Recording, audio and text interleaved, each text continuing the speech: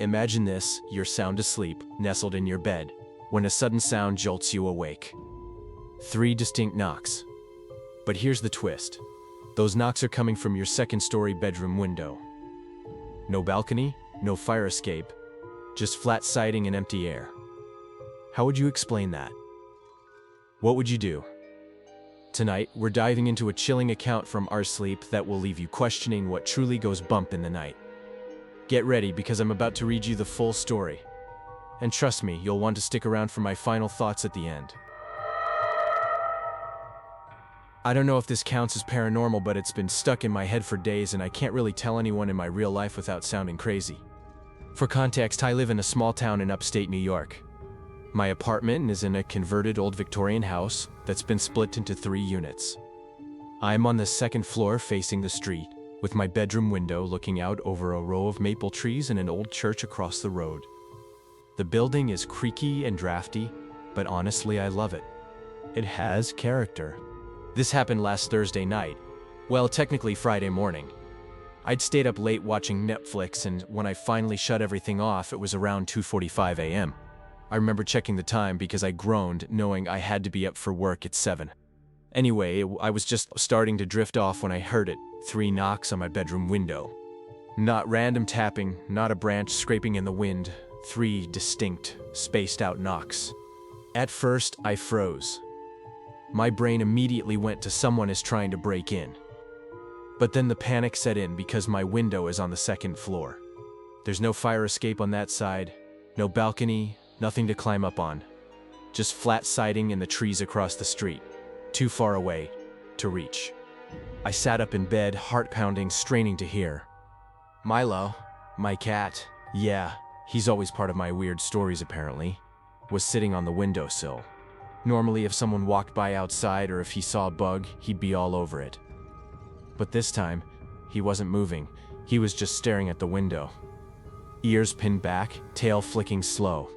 I whispered his name, but he didn't even look at me. That's when the second set of knocks came. Same rhythm. 3 slow knocks. I swear my whole body went cold. I couldn't bring myself to pull the curtain back. I just sat there in the dark, gripping my blanket like an idiot. After maybe a minute, I grabbed my phone and turned on the flashlight, shining it toward the window. Nothing. Just the curtain glowing white. I forced myself to inch closer and peek out. Street was empty.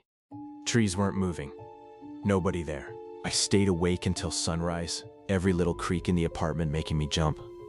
The next morning I told myself it had to be something normal. Old buildings make weird sounds. Maybe a branch really did hit the glass in some weird way. Maybe I was half asleep and imagined it. But later that day, when I finally got up the nerve to check, I noticed something that freaked me out more than the knocking. On the outside of the glass, right at eye level, were 3 faint smudges. Like someone had pressed their knuckles against the window. I don't know how long they'd been there. Maybe I just never noticed before. But I cleaned the window the week prior, and I'm pretty sure they weren't there then. That night, I couldn't sleep. Every car that passed on the street made me tense. At exactly 3:17 a.m., Milo shot off the bed and hid under the dresser.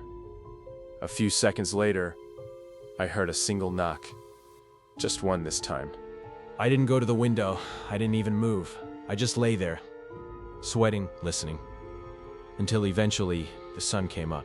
It's been 5 nights now. Nothing as clear as the knocks has happened again, but I swear I've been hearing faint tapping on the walls, like someone running a finger along the plaster. Always between 3 and 4 in the morning. Milo refuses to go near the window after dark.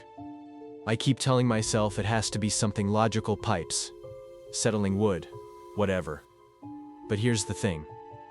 I texted my downstairs neighbor yesterday to casually ask if they'd noticed anything weird at night. They responded with, "I thought I heard someone on the porch the other night, around 3.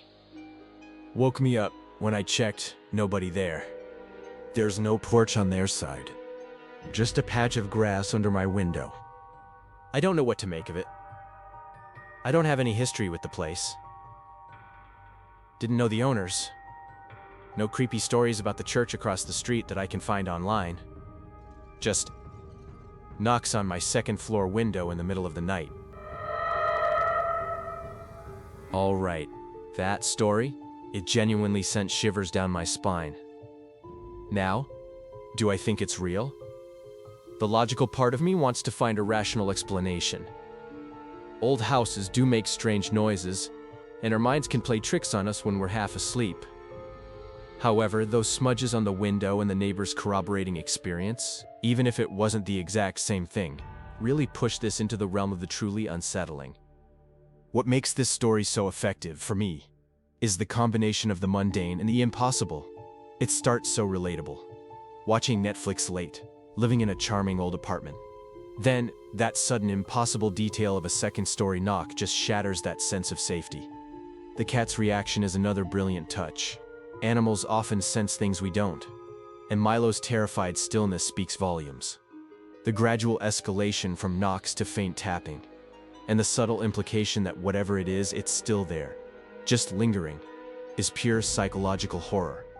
It's the unknown, the unseen entity just outside, pressing against the glass that truly elevates the creep factor. It's not a monster in your face, it's the implication of one, quietly observing. So, I have to ask you all, if you were in this situation, what would you have done? Would you have pulled back that curtain? Or what do you think is the absolute scariest part of this story? Let me know your thoughts in the comments below. And, if you liked this story, don't forget to hit that like button and subscribe for more terrifying tales from the internet's darkest corners.